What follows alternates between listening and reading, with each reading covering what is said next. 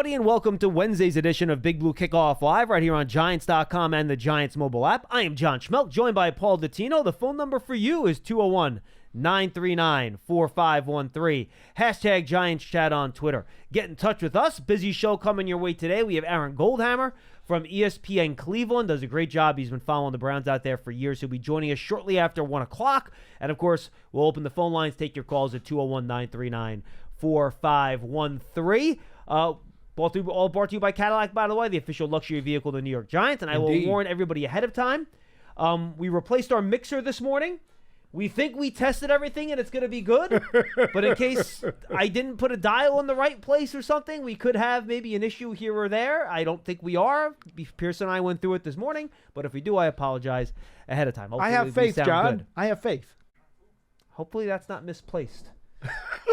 Okay. So what I decided to do this week, and I tweeted this out, this is my last week before I'm basically in and out of the office over the span of 3 weeks between a trip to Iowa to visit the in-laws, jury duty, and then vacation time. I'll be kind of in and out over the next 3 weeks. So this will be the last you hear from me probably in about 2 weeks, 2.5 weeks actually. So I tweeted out that I was going to try to use this week to, just do some kind of little projects, right? Watch some tape, see if I can figure some things out. So one thing I decided to do is I picked some of the key returning players on both sides of the ball on offense and defense. And I went back and I watched a lot of their tape from last year just to kind of remember, all right, this is what they look like.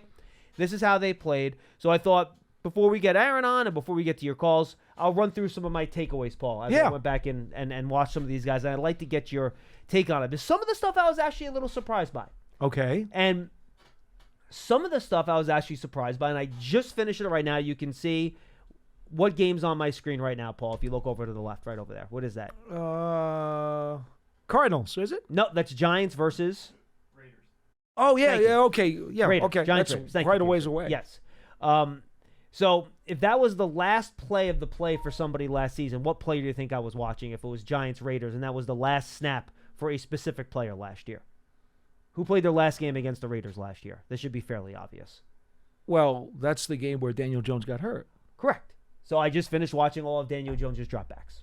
Oh, That's literally what I finished at 12:22 this morning. That was my morning, in between taking multiple phone calls about the Michael Bridges trade. We could talk about that, too, if you want. Oh, that's great. You can go right there if you like. I was watching the Daniel Jones snap. So I'm going to just kind of go through game by game and then my overall takeaways. I'd like to kind of get your take on it. Yeah. Okay.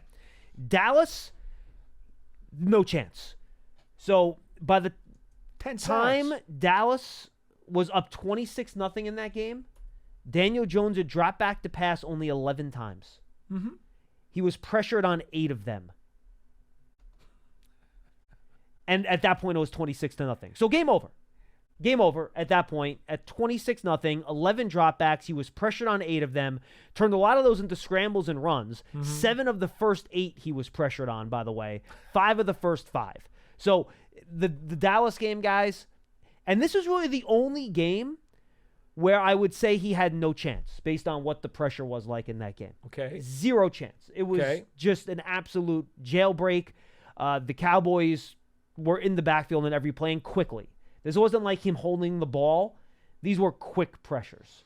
They were in the backfield all game. So the final number was what, 12 hits and 7 sacks? I don't even have that in front of me, to be honest with you. I can look that up, but let me see if I can find it. Again, by the time it was 26-0, he had dropped back 11 times and was pressured on 8 of those 11 dropbacks. Okay? So that was Dallas. Arizona, okay? First half, he missed some throws. Had a big underthrow on a slant deep throw. There were some drops in that game as well.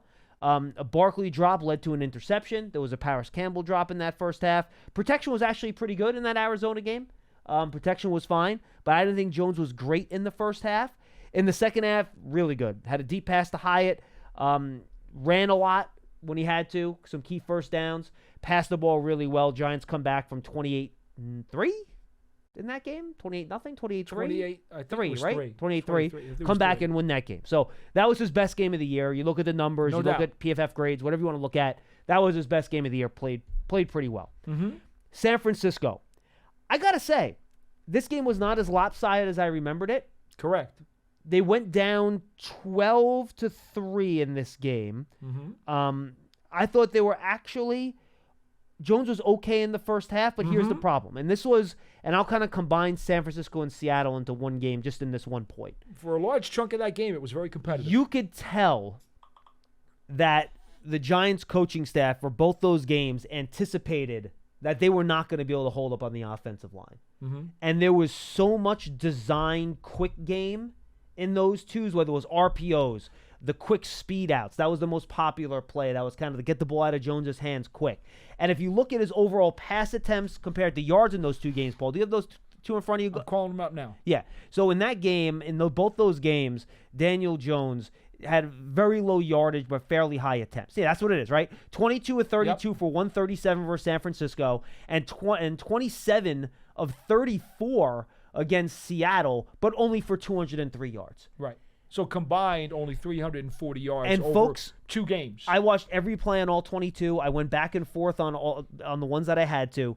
That was not a case where Jones was just taking checkdowns when guys were open down the field. That was designed quick game because you knew that the minute he was going to have to drop back and throw, it was going to be bad protection-wise. And not that it goes into the meat of the issue, but they're only down 20-12 after 3 quarters. It's a one-score game, John. And it was 17-12 in the third quarter in that game, in the San Francisco game. So, his one interception in that game came on a deflection. It went off Barkley, popped up in the air, and it was picked off. Yes. So, to me, while if you look at the pressure numbers maybe in those games, they aren't astronomical, it's because they game planned ahead of time to try to avoid some of that pressure, right?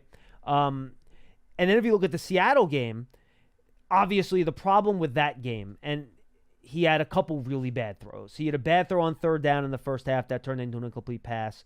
Again, a lot of design quick stuff. And then you had that interception on the goal line, which was just a terrible play. It was a bad throw. That made it 20-3 or 20-0 in that game, whatever the score might have been. And then you had 5 fourth-quarter sacks. Because at that point, it was now a 3-score game. Right. You knew you had to throw the ball. And the minute you stopped, and again, much like that San Francisco game, the minute you stopped going to that quick game and you actually had to drop back, throw, and do 5-7-step drops, you had no chance. He was getting killed, and he was getting sacked left and right. It was only 14-3 when you had that interception return for a touchdown. Right. Now, of course, they're right there going in for a score, which is supposed to, at that point, make it a 14-10 game, in theory.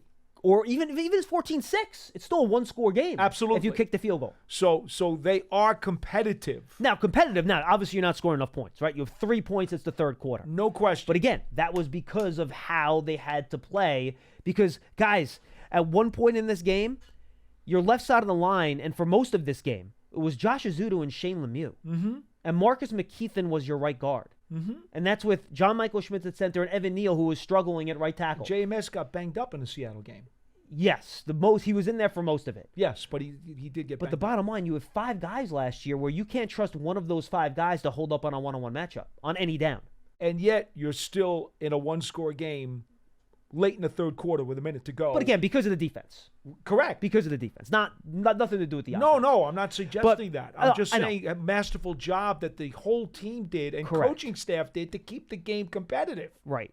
100%. And again, the offense was by design in those games because they knew the minute they had to drop back, it was going to be a problem. Even in that San Francisco game early in the first half, they kick a field goal on their first drive. On their second drive, first play, they try to run a play-action pass as an 8-yard loss for a sack. Third drive, 3rd and 2, Shane Lemieux gets killed by Javon Hargrave. Daniel Jones isn't back there for more than a second and a half. That's a sack. And the Giants kick a field goal on their 4th drive. So they score 6 points by the time you get to halftime. But 2 of those drives were, basically the minute Daniel Jones looked up to make a read, he's getting sacked, and you're in 2nd and 18, or that was a 3rd and 2 on the Hargrave one, and the drive gets short-circuited. Miami game, there was some pressure early. There was a deep pass to Slayton in that game, too far to the sideline. Then the Raider game, he frankly did not play well in that first quarter of the Raider game before he got hurt. No. It was his first game back. He was out of sorts. Jones did not play well. So my overall summary is this. Pressure in the Dallas game was a real problem. The game plan they had to do around the pressure in 2 or 3 in the Niner and Seattle games was a real problem too. It just limited what you could do offensively. The Arizona game, I thought he played well. The one thing that surprised me, Paul, and I didn't think I would see this, he either missed throws or was just inaccurate enough on throws that made completions much tougher than they had to be. And I was surprised, and in some of those it was clean pockets, where there were there were 2 or 3 deep passes in the first half of last year where he had Slayton or Hyatt open, and he leaks the ball too far to the sideline. And he can't get, either the ball floats out of bounds or the receiver can't get their feet in. One Hyatt play, he catches the ball, but I think it was the Raider game actually, and he gets pushed out of bounds while in midair, and he lands out of bounds. But if Jones puts those passes a little bit further away from the sideline, it's a catch. There's a third down throw to Paris Campbell that he just grounds in one of the games. Yes. A couple of those passes to Waller that I know we had people complaining that they were drops. But the bottom line is that they weren't in the right spot. No, they need to be in a better spot. There's some other passes over the middle where it's behind a crosser, and it needs to be in front of him a little more. And I was surprised to see some of those passes that, a lot of people say, oh, it's the not taking shots down the field, it's the processing, that's the problem. I'm being completely honest, guys. I went into this with an open mind. I tried to watch, again, this was just his games last year, and I tried to watch it with a really open lens. Let me see what I see, and I'm going to see what the problems are. I thought some of the accuracy issues on some of these throws was a bigger issue than some of the stuff that fans tend to like to complain about. Like, I didn't see him passing up deep balls. A lot of times, even if deep balls are open, he was getting chased out of the pocket on pressure on a lot of those plays. And a lot of it was, again, to my point, designed quick game, Paul. Yeah. But they were more what I would consider missed throws than I thought there would be when I started this little process this morning. I think what I remember, and I think you just kind of doubled down on it, is that by the third game of the season, there were already whispers about people saying that he's already been under duress too much. He doesn't trust his line, and now he's starting to become a little antsy back there, and he's not himself. And another note I wrote down, by the way. Did you write that? I wrote he was running out of some clean pockets, where there was some anticipating pressure that wasn't there because I don't think there was a lot of and Daniel's not going to say this. I don't think there was a lot of trust there with the offense. I don't think, a quarterback should never say that if he's got any intelligence whatsoever. Correct. So, that what you're saying to me does not surprise me, because what you get when a quarterback has become a little bit gun shy because he's basically getting the living crap beat out of him, you will get a guy who is now going to be a little bit hesitant. You're going to get a guy who's going to get happy feet, and he's going to start running around when he shouldn't. And you're going to get a guy who's going to miss his targets a little bit. That's what happens when you start feeling too much heat and you can't be allowed to stand up and play your game. Right. And again, you can mitigate some of those protection issues with scheme, with the quick game stuff that we talked about. But how many points did they score? Look, they survived offensively, but they had, 3 points in the first half of the Niner game? Right. Or 6 points in the first half of the Niner game and 3 points in the first half of the Seattle game? Can't win games that way. Well, you just got to score. You have to score more points. And again, folks, I'm telling you, if you look at the way, it was all not even 3-step drops sometimes. It was I know. RPO out, RPO out. Very it's well. 1 or 2 steps and the ball was out of there, where there wasn't even an option to throw the ball downfield. This was you're getting the ball out quick, and then you saw DBs, especially in the Niner game, at the second half. They started jumping a lot of those short ones because they're like, all right, why wouldn't you? Because and then in the second half when they tried to throw it downfield, that's when the pressure again became a problem. It comes down to this, John, and I think we even mentioned this. You may have been on the program and said it yourself. Bless you. Thank you. That last year, in some ways, not overall, but in some ways, the Giants coaching staff, especially on offense, because of what they had to deal with, deserves a hell of a pat on the back to get this team to 6 wins, given all of the obstacles, challenges, and hurdles that they had to climb over. And it was really, really rough. And just on memory, I had thought that Pugh had stepped in for Azudu at left tackle a little sooner. Azudu was out there for 4 games. Oh yeah. It wasn't until after the Seattle. I think it was the Miami. For some reason in my head, I thought Pugh's first start at left tackle was the night game against the Seahawks, but it wasn't. I thought it was Buffalo. It was Buffalo. You're absolutely correct. And I just, that was in my head, and I just remembered it incorrectly. Okay, but here's the thing about it, okay? They knew, the coaching staff knew okay, we've got these challenges to overcome. We've got these shorthanded situations, these handicap situations, if you want to say, to try to overcome and figure out a path to victory. How are we going to do it? Right. And as you said, they clearly altered whatever it was that they were going to try to do to say we need to at least give ourselves a chance in the second half of being in a game. If we can somehow stay in a game for 3 quarters, maybe something will spring in the fourth, or maybe the other team will make a mistake and we can take advantage of it. The important thing is, if we're not at least in the game at that point, we've got no chance. So they had to significantly alter what it was that they were doing. And I agree with you, John. I've had a bunch of people say to me, well, Daniel Jones did not play well, before he got hurt and had to leave for the season against the Raiders. And by the way, he didn't play that well. He was very inconsistent. Yeah. There's no question about that. And by the way, he inconsistent. He admitted that to me on the Huddle interview. He said as much. It's there. But the flip side to that coin, unfortunately, is that there are a lot of mitigating factors and reasons that contributed to that.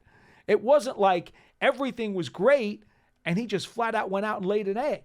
That's not what happened. Yeah. And, it's funny, and this has not been the case early in his career. I'm looking at some of the accuracy numbers that PFF does, that they put out there. And this is all subjective, obviously, but it matches up. Like, he's in the bottom 20% of quarterbacks in terms of some of this accuracy. I'm looking at catchable, inaccurate, uncatchable passes thrown. Let me look at uncatchable. I don't think that he will be that low on that. Yeah, but he's still in the bottom 20%. And I think, whatever the reason for that is, I think that's something that, you hope with better receivers and cleaner pockets that's going to improve a little bit. Well, look at the first 5 games of the season that he played. Yep. Before he got hurt against Miami, right?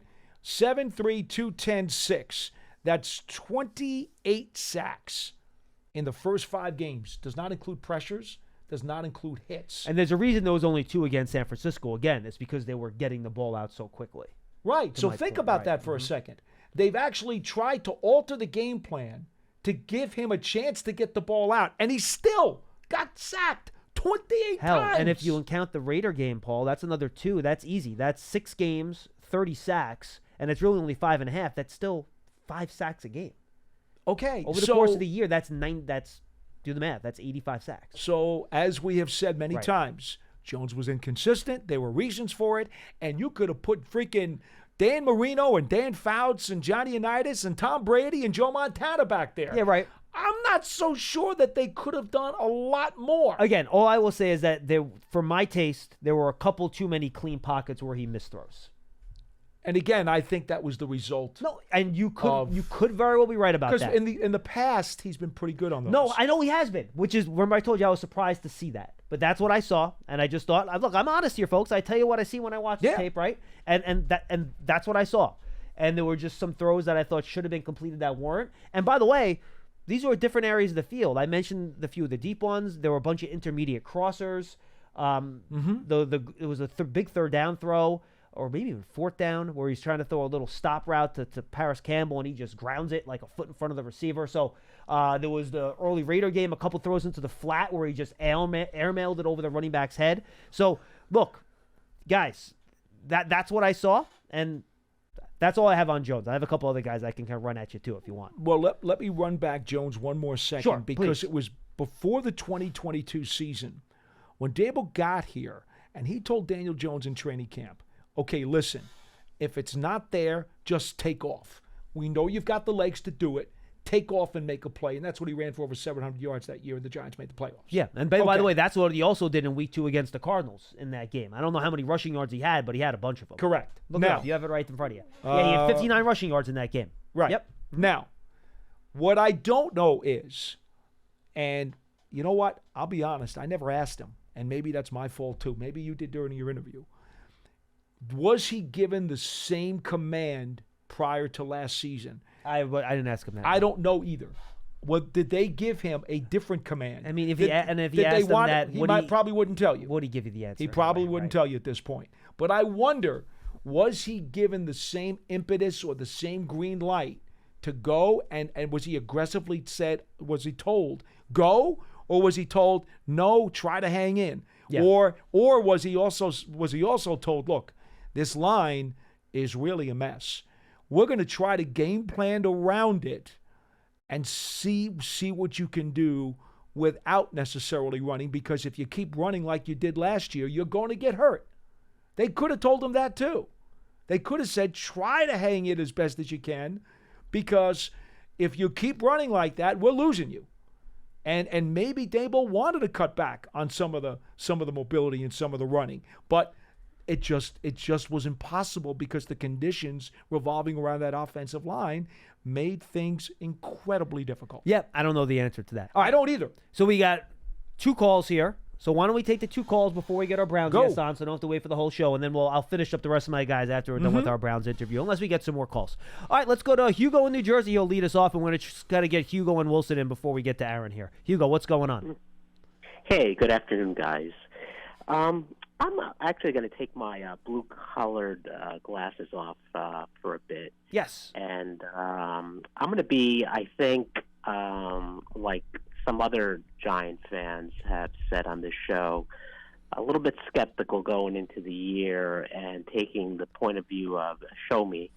I mean, I appreciate what you guys do in covering who's performing well in training camp and. Hey, Hugo, just to be clear, that's kind of where I am too, to be honest with you. Okay. I mean, this team needs to show us. We've talked about it, right? There's so many positions where you're counting on progress from guys that don't have proven production yet, whether it's the secondary, receiver, even to an extent on the offensive line with Neal and Schmitz, right? So, yeah, look, this team, you're coming off a year where you had 6 wins. You're one of the worst offenses in football. Damn right. Like, they have to show us. 100%. Hugo, I'm really lost because if you've been listening to this program a long time, and I know you have, I created the term show me player years ago. And the Giants have a bunch of show me players right now. And how many times have I said the magic word for the 2024 season is projection? They got a bunch of guys who are projection. They need to be production. Projection's not good enough anymore. It's not. Yeah, and you guys are really setting me up for my next point, which is I thought about what it would take for the team to have a winning record this year. And when I listed them out, I mean, one thing I've learned, I'm not going to go to the extreme, and I know, Paul, you've told Charlie every one of your projections is negative. I'm not in that camp. Well, he can't help himself. But I think, but I think so many things need to go right that it becomes like a very low probability of all those things coming together. That's my view, and we'll see how it plays out. But I think it's a pretty low probability, just given everything that needs to come together. And I think I've learned that, you know, you can have a reasonable amount of things go well, health and some of these projections for certain players and so on. Some will work out, but I just don't think that all the ones that are needed will work out in the end. No, Hugo, you're right. The odds are that every one of those things that we're wondering about is going to hit. It's small. I think that's very fair. You know, go back to 2022, Hugo, and if you thought about all of your show-me players and all your projection guys going in, think about this. Enough of them went right that you even had to overcome some injuries in the front 7 on defense, and specifically the wide receiver room was decimated. Richie James, with 57 catches, was your leading receiver that season. Okay? So think about that. You know, there were certainly a bunch of things that did not reach their production level, and yet because most of them did, the Giants were able to win 9 games and become a playoff team. That, to me, is what you want this year out of this team. I would love to see that. Right? You need most of your projections to come through if you're going to be a playoff team. And the good thing is we're not hiding that. And the good thing, Hugo, the guys you have a lot of the projections for, they're all day 1 and 2 draft picks. So that's why you picked them where you picked them, right? Young veterans who should have upside. Right. Yeah, and this brings me to my next point. Essentially, we're a week away from Hard Knocks, and I wanted to talk about Joe Shane for a moment. I mean, I'm a fan of Joe Shane, and I've already said on this show that I think he should be given 5 years to build a roster. And my thought process behind that is that I like the way he thinks about roster building, and if given enough chances and within a big enough sample size, eventually the results will be there. But as I take a step back today, the results really haven't been all that good. I mean, he's hit on Bobby Okereke, and then what we have is some misses, like the Waller trade, and then a bunch of projections. And I just don't think that's enough. But, you know, the team could have a losing record this year. I don't think people should be on the hot seat. But I think two things can happen, because I think it does put people on the hot seat going into year 4. One is if the offensive line is a catastrophe once again. And 2, you can't have 5 or 6 games during the season like we did last year that were completely non-competitive. Like, you can't have a 40-0 Dallas game again this year, because then... And especially a bunch of games you go where you can't score. Like, I'm just done having these games. And I just listed 3 of them, right? The Dallas game, the Seahawks game, and the Niner game, where in the first half, I think in those 3 games, they combined for like 9 points. Like, you can't have that. You can't win those games. And even against teams in your weight class, like the Raiders and the Saints. Those were like the 2 most disappointing games for me. Absolutely agree. 100% agree. Raiders and Saints were brutal. Yeah, we talk about that all the time. You're facing a middleweight. You know, you got to be able to compete with them. Yeah. If you're a middleweight and you're fighting a super heavyweight, well, now you understand if you get whacked. But that wasn't the case as the season continued to go on and the Giants were decimated. They weren't even putting up a good enough fight against comparable teams. Of course, then they go out there and beat Green Bay, who ends up wiping out Dallas in the playoffs, so who the hell knows? Hey, thank you, Tommy DeVito. Thank you, Hugo. Appreciate the call, man. I want to make sure we get Wilson in before we get to our guest coming up shortly after 1 o'clock. Wilson, what's up, bud? Hey, Johnny and Paulie, how are you? How are you, bud? Hey, Johnny, listen, I want something to Daniel real quick and then the Giants. I told Paulie this the other day, but he was in a hurry because they were doing some best plays or whatever. But I told Paulie this, that I see Daniel Jones very comfortable, man, very comfortable on the podium, very comfortable talking. I think he's much more comfortable in his own skin, and the reason is because he knows this is his last year. I mean, either he makes the playoff or he's gone. So he's gonna play, I think, much more loose. If he throws 10 interceptions in one game, man, whatever. If he gets benched, he gets benched. Wilson, because, and you know what? I hope he does take that attitude, because I would much rather see this year. Yeah. I would if Daniel does not have a good year, I'd much rather see him not have a good year because he's a little bit too aggressive than see him not have a good year because he's a little bit too passive. Like, I'd much rather have the year with a larger average depth of target, maybe a few more interceptions, some more shots taken, than a guy that just, all right, it's 3rd and 8, I'll throw the 4-yard pass, I hope he runs for the first time. I would much rather see the rookie second-year version of Daniel, where he's chucking the ball down the field a little bit more, than the version, frankly, because of what was going on around him, that we've seen the last couple of years. No, and you're gonna see it, Johnny. And I don't know if you and Paulie see what I see, but he's much more comfortable even talking. Like on the show the other day, you did with him with the quarterbacks, and even on the podium, he's much more relaxed, man. He, like, Johnny, you know when you're on your last leg, and you're gonna go out on your own terms. I think that's what he's doing. See, I'm gonna change this the other way, Wilson. I agree with you. I think he's incredibly confident, and I think he's very, very comfortable. But I don't think he thinks he's going out on his last leg. I think he's ready to stick it to those critics. I think he's ready to stick it to the critics, and he's going to say, you know what? Right. I know what I can do, and I know it's a show-me year, and I need to put up or shut up, and I think he's determined to put up. I see it the other way. No. What I meant was, that if, let's say, when like now, I'm talking about him, I'm talking about anybody in general. When you know that this is your last chance or the last against chance the wall to do something, right? You're gonna be you. He knows, absolutely, and I agree with that. He's ready for that challenge. I think he is. I want to see him show up at Camp Wilson with the long hair and the beard and just be like, "The hell with this! I'm rolling. Let's do it." Hey, listen, you guys know I think Daniel Jones is a top 10 talent, but we'll see this year. But Johnny, listen, the other day, right? You asked Kim Jones if 8 and 9 was good for her, And thank God she said no. I want the Giants to at least have a winning record. And I happen to agree with her, Johnny. There's two words I don't want to hear anymore from the Giants, man. I don't want to hear we're making progress and we need to be patient. Those two words I don't want to hear anymore. I'm done. Those two words we've been using those two words for far too many years. Yeah, but Wilson, real quick. But unless you think you're a Super Bowl contender, isn't that still the area that you're in? Yeah, it really is. Well, Johnny, listen. No, it is. I understand, Bully, but Wilson, for example, if you're the Dallas Cowboys, you just won 12 games 3 years in a row. Do you want to hear about progress and being patient? No, you don't.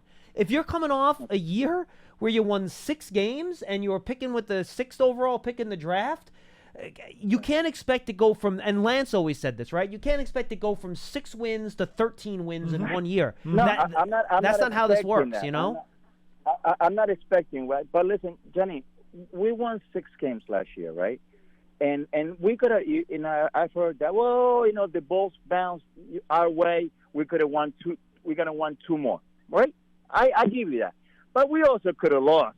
Sure. For more than, of course. No, last year was a bad year, Wilson. Look, Wilson, last year was a bad year. No one's lying about that. Right. So when you have a horrendous year, whether it was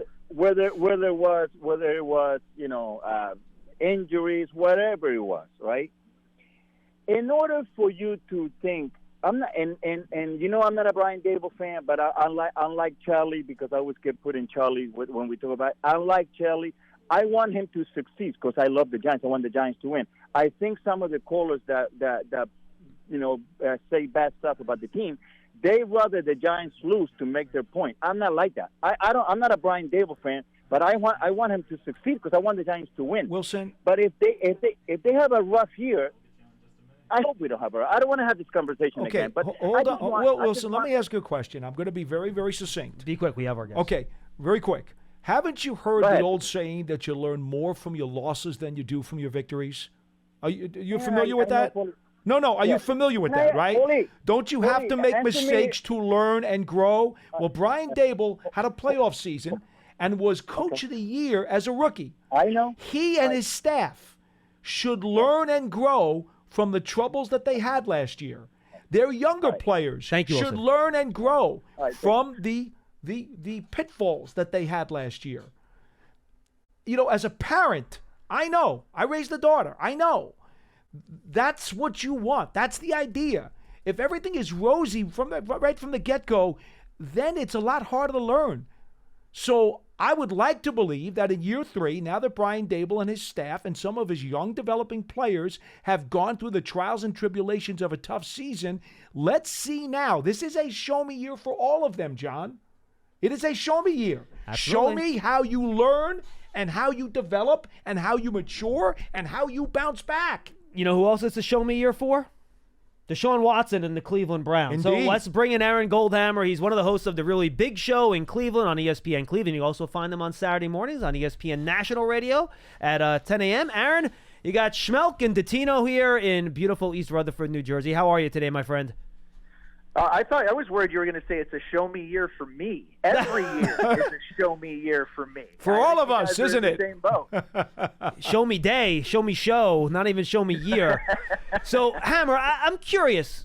What's the Cleveland's fans feel for Deshaun Watson right now? Have they completely given up all hope and they're going to add his name to that jersey that has, all those quarterback names on it? Or is there still some hope here with the fans and then more importantly with the organization that he can come close to resembling the player they thought they were acquiring when they traded for him?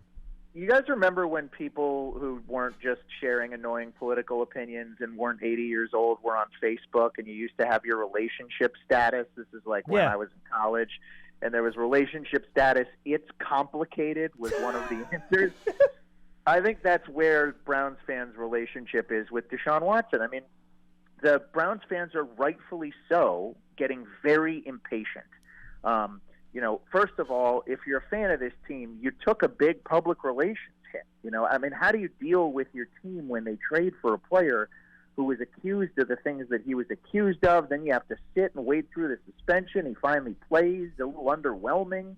Then he comes back, he gets hurt, and then he plays. And finally, he played a good game, and they beat the Ravens in Baltimore, and everybody's like, finally. And it comes out the next Wednesday that he has to have shoulder surgery, and he's out for the year. So I think it's a complicated place, and I think this is a very big year for Deshaun Watson, because I think if he doesn't deliver, either because of injury or something else comes up or he doesn't play well enough, the Browns now have their draft picks, and I think it's him that would be the fall guy if the Browns don't have the season they're hoping to have after winning 11 and getting a wild card spot last year. So they come off a playoff season, and the eggs are in Watson's basket again. I've never been a Watson fan in terms of his overall package. I don't mind telling you that. But there's no Joe Flacco to bail them out this year. Now Jameis Winston is the number 2 quarterback. I'm not a fan there either. How exactly did the Browns come up with Winston as the solution if their first quarterback has a sketchy season? I mean, I think, first of all, Paul, they are all in on Deshaun Watson. And they did not want, if he threw an interception early or he had a bad game against the Cowboys on September 8th or he struggles against the New York Giants in September, they didn't want this chanting for Joe Flacco to come back and play and arguments on sports talk radio and on Twitter or whatever to envelop the team. And I really, they won't admit to that, but I really think that factored in to the decision. I think they also realized, look, Flacco played well, but he also threw the ball to the other team way too often. You know, he threw 2 pick sixes in the playoff game in Houston. There was a ceiling to wherever 40-year-old Joe Flacco was going to take the Browns. Right. And I think they like Winston as a better mentor and a better support system for Deshaun Watson than Joe Flacco would have been. So, Aaron, you've been doing shows in Cleveland for what, 15 years now? You're about 15? Yeah, it'll be 18 in February.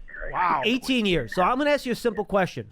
Is this the best Cleveland Browns overall roster you've seen in your time in Cleveland? Not close. I mean, by the way, that's a low bar. Okay. It's not like I got a couple of Super Bowl rings on my fingers like somebody else that has been working for a team for 18 years. I don't know what you're talking about. Look, this team is loaded. They're loaded. They have got a really good offensive line. They've got the best defensive player in the NFL. They've got an excellent secondary. They have a really good coaching staff. I heard Dottino arguing with a caller about, you guys got to give Brian Daboll. If you win Coach of the Year, there's a good chance you're going to go and win it again. Who are we hiring in New York that's going to be better than Brian Daboll? Give me a break. I'm with you, man. But I think that, the Browns have an excellent coaching staff. I think teams would fall all over themselves to get a chance at Kevin Stefanski. I think he's innovative and collaborative and what a lot of teams would be looking for. I think they have a smart front office.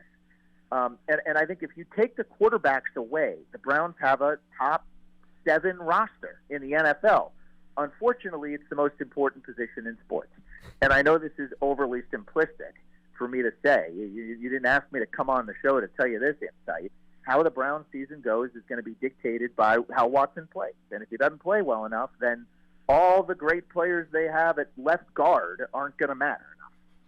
Well, the run game with Chubb coming back, and obviously Ford got a lot of carries last year in his absence, they probably feel pretty good with those guys back there, don't they? Well, the Chubb thing is the biggest question surrounding the Browns right now, aside from Watson, to be honest, because it was a devastating knee injury that required not 1 but 2 surgeries. If you remember, it was on a Monday night, and it was one of those look away from the television. Hammer, it's funny, and I've actually told this story. We were texting back and forth that night, and I was, putting my kid to bed, and I came back, and I texted you, should I rewind my DVR and watch that play again? And you're like, dude, don't do it. No, don't do it. Wow. You'll have nightmares. So he's the most popular athlete in Cleveland. He's one of the most popular players in Browns history. Guys, I'm guessing it'll be November, before Nick Chubb takes a carry. Wow. And the Browns are going to be very cautious there. I also think, keep in mind, they have a new offense this year. Alex Van Pelt is elsewhere, and they brought in Ken Dorsey to run their offense. And I think they're going to be chucking it all over the place. So I think this whole idea that the Browns are going to be a run first team or allow, their physicality to be their identity. I don't think that's going to be their identity this year. They traded for Jerry Jeudy in the offseason. They want to try to revive his disappointing career. They gave him a contract extension. They got an extension situation to figure out with Amari Cooper. So I think that, the running back room is okay. They got Donta Foreman. They got Naheem Hines they signed in the offseason, who's also coming off an injury. But I don't think it's going to be, I don't think Jim Brown is going to be proud necessarily looking down from on high at the kind of offense the Browns are going to be playing. I think they're going to be a pass-first team. One rapid fire. You don't get the sense Amari Cooper's going to hold out in camp and not be ready to play to start the year, do you? I would be surprised. I think he's a very important guy to the locker room. But I also would say this. I think that if the Niners were willing to deal on Brandon Ayuk, that is something to watch. And I'll leave it at that. But I think wow. I think if the Cooper situation was easy, it would have been handled already, John. Right. And it has not been, and he missed minicamp. And so, there was a video on social of him talking about getting paid coming out today. He's a 30-year-old receiver. What happens to wide receivers when they turn 30 years old in this league? So keep an eye on that situation. Worth definitely paying attention to. All right, and then I have one question on defense, Hammer. You mentioned the roster. You got Myles Garrett, Zadarius Smith, Wusu Koromoa, linebacker, Denzel Ward, Delpit Thornhill, Newsome in the secondary. If there was an area that you would have a question about on defense that you're just not quite sure about, what spot would you point to on this defense that maybe you have some worries about heading into the year? It's funny. When the Giants were winning Super Bowls, you guys had this, so you understand it. I mean, pass rush used to come from the outside only in this league.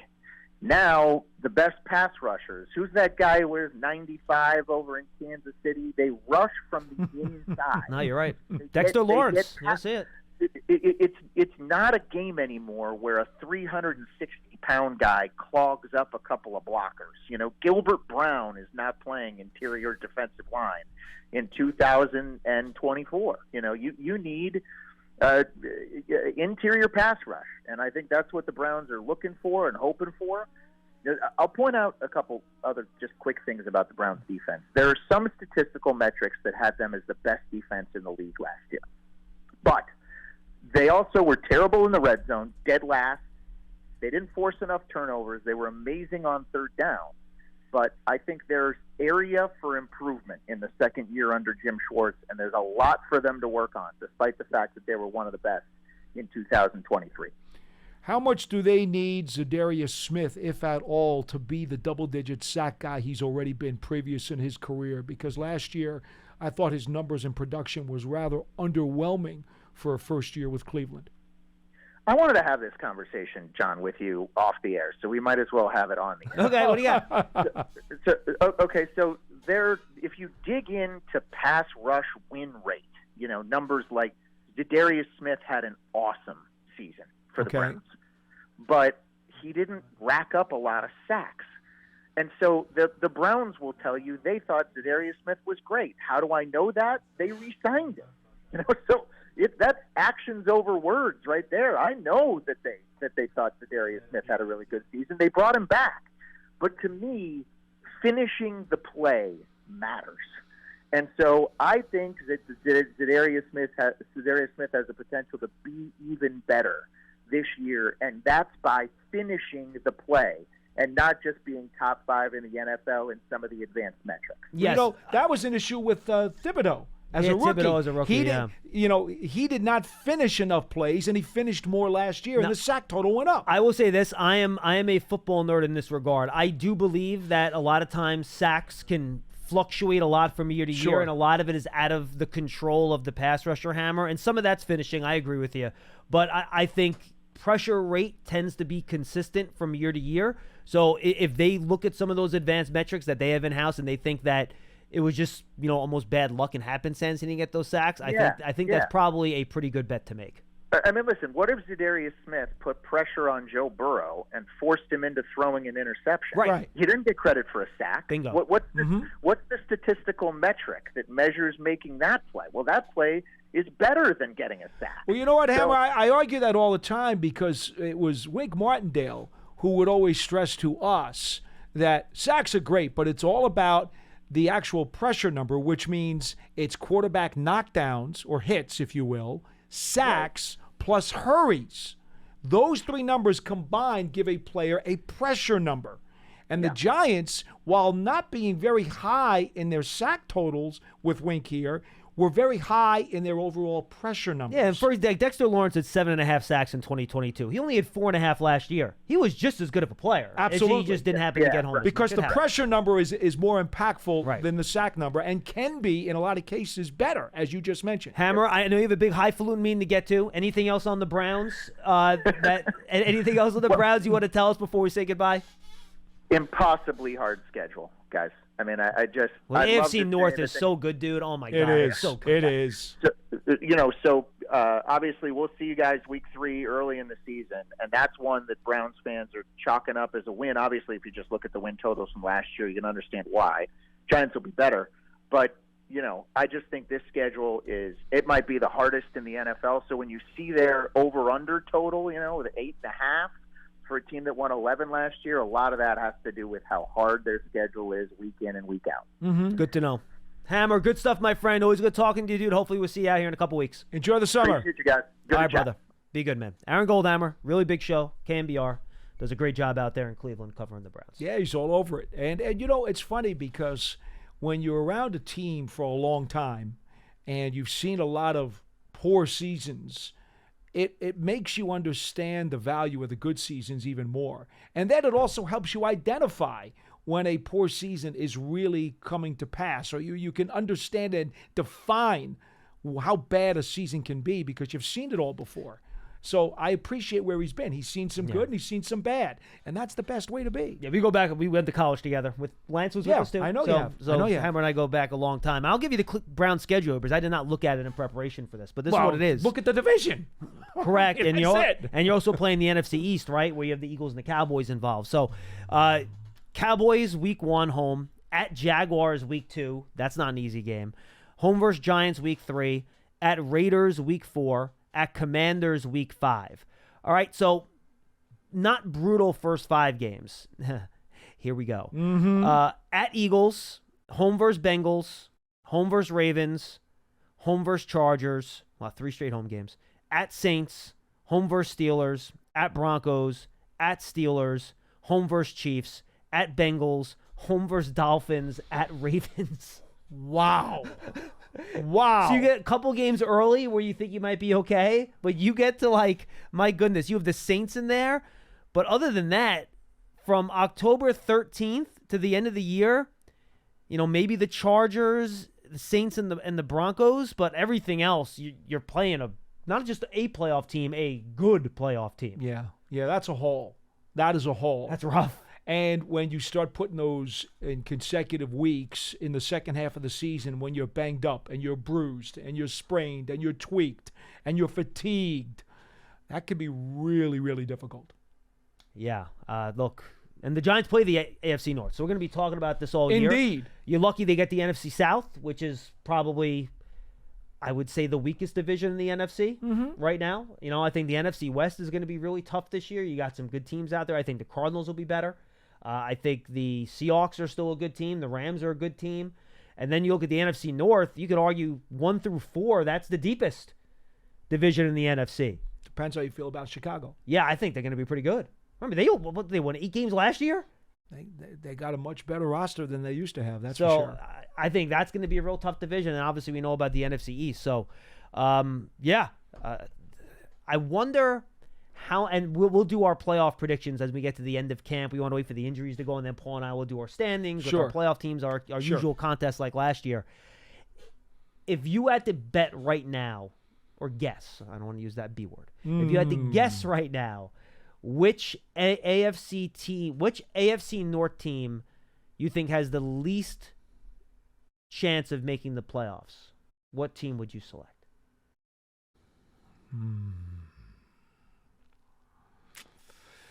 I don't know where Burrow is right now. I mean, he's supposed to be 100%. If he's ready to be Joe Burrow again, then I think Cincinnati's okay.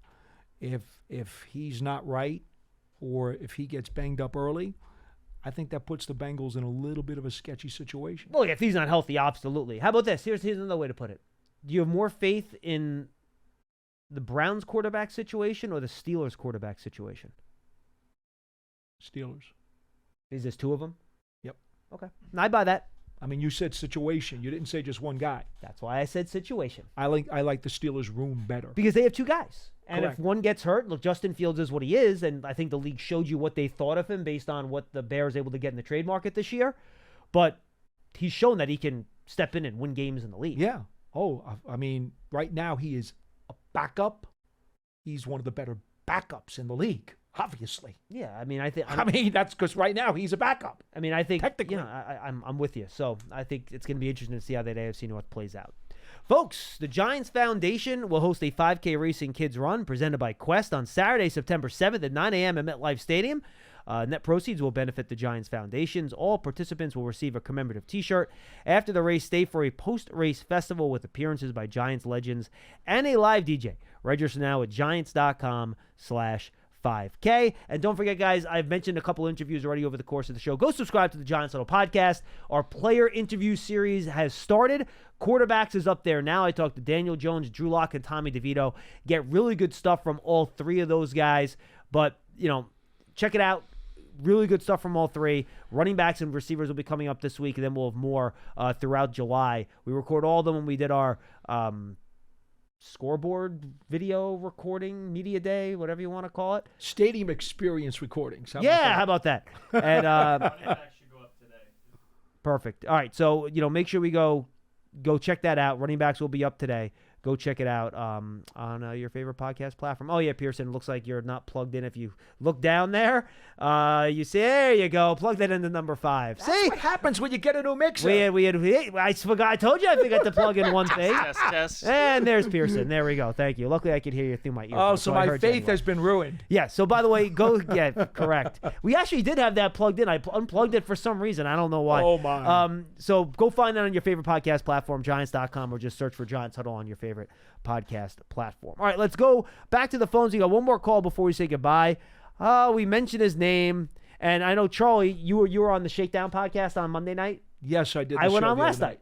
There you go. And I made the mistake of mentioning Will Beatty, and I knew that meant No, that was perfect. no. John. Because, and the reason I mentioned him is they were talking about they had a fan question. It was like, John, do you hope the Giants' offensive line is better just so you don't have to talk about it like you have to have every show for the last 5 years? Oh, and I went, it ain't 5 years, it's 10 years. And I made the joke that, and I listed all the guys from like the 07 line. Since those guys have retired, they haven't really been able to figure things out. And I said, you could even include.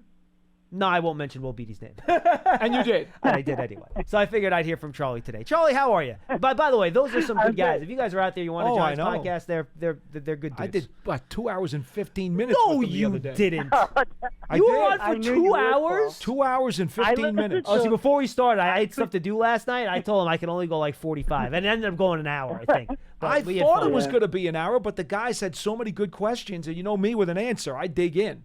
And before we knew it, it was 2 hours. I told them, I said, look, this was Game 7, Florida and Edmonton in the Stanley Cup playoffs. I said, fellas, if the Rangers were playing in Game 7 tonight, you wouldn't have me at all. And I was told you had a very positive answer on Cordell Flott. And it's funny, when they said you were on with them the night before, they said it was an extensive interview. I didn't realize it was that extensive. Oh, man, that's a long time. It's. I think there's another eclipse by the time I get done. Charlie, what do you got, buddy? What I told Shakes is you got to put me on now to balance you two out. And since I'm a kind of semi-delusional co-host, he said he would. So, well, that's sure to get his show canceled. I don't know if he wants to do that. Hey, no, look, this is what I got. I can't believe this. What? The NFL is pushing this kickoff return like it's this brand new thing, and we're going to have all these plays. And the thing is, it's a big zero. You know why it's a big zero? If they kick it through the end zone or in the end zone, all they do is put it out on the 30-yard line.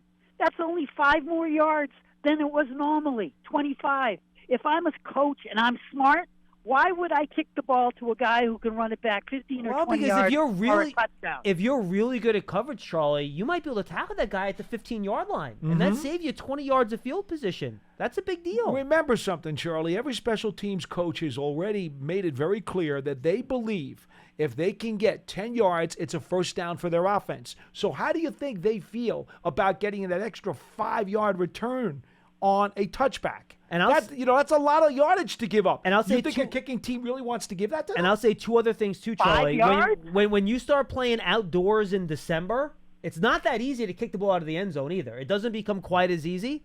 And number two, I don't think they would do it mid-season. But if they get to the end of the year and they see that teams and maybe you're right. Maybe it happens that these kick returns are so explosive and the guys are so good at it, teams just start kicking it out of the end zone. You know what they're going to do next year? If you kick it out of the end zone, tweak. Ball's going to the 35. That's it. Ball's going to the 40. They'll tweak and it. they will keep moving that ball until they force people to kick it off. But to this year, if I'm a smart head coach and I know the guy who's going to return the ball is a really good kick returner, I'm kicking it in the end zone. And if my defense can't stop a team just because of an extra 5 yards, then I'm not very good anyway. You know, the funny thing, though, Charlie, I think teams are thinking about it almost like an extra 10 yards. Because I think a lot of these older coaches still think of a touchback as the 20 because it was like that for so they better long. Wake up. So they're almost, I know, but my point is that psychologically, you're almost thinking like you're giving up 10 yards instead of giving up 5 yards. You know what I mean? Yeah, well, I'm telling you, this is a big zero. They've been pushing this, and you're going to find out coaches are going to get smart and say, 5 yards. I don't care. 5 yards, that's not a big deal. I'd rather do that. Coaches usually value yardage a lot more than you think they do. More than fans do, for sure. That's for sure. 5 yards? Come on, somebody offsides and you get 5 yards. Have you ever seen Tom Coughlin scream about a 5-yard penalty? Are you kidding me, yeah, Charlie? Coaches hate 5-yard penalties. Paul's right about that. I would rather take 5 yards and watch a guy run 20. Oh, no, Charlie, you're right. No, Charlie, look, you could be right. We don't know how this is going to go. We might get to the season and you're going to see it. Because, Charlie, you've never been wrong before. By the 6th game, they're going to be kicking it in the end zone. I'm telling you. No, look, remember Charlie, this day. You could. I remember every day that you call into the show, Charlie. I appreciate it, my friend. Good call. All right, guys. Thank you, bud. If you have something else, Charlie, we're about to 1:30 here. I want to make sure we get off on time. We got to eat some lunch. But look, he could be right. You know, this could go so well, Paul, for special teams on the return team. Sorry, that they just decide that look, we're just going to give them the ball at the 30. But what I said, I maintain. The league's just going to change the rule in the offseason and push the ball to the 35. They've already said it's a one-year experiment. Right. They'll tweak it if they have to. So, I mean, it's not in stone. Charlie, the only thing we're saying is the pallette's open. Nobody really knows how it's going to play out. You seem sure that everyone's just going to boot it through the end zone. I don't think anybody can be sure about any of this. Yeah. One thing before we go, real quick, we got to get this out. Yeah, well, I'm going to go through my 5 players real quick. Yeah, okay, go ahead. Super fast. Deontay Banks, much better in press.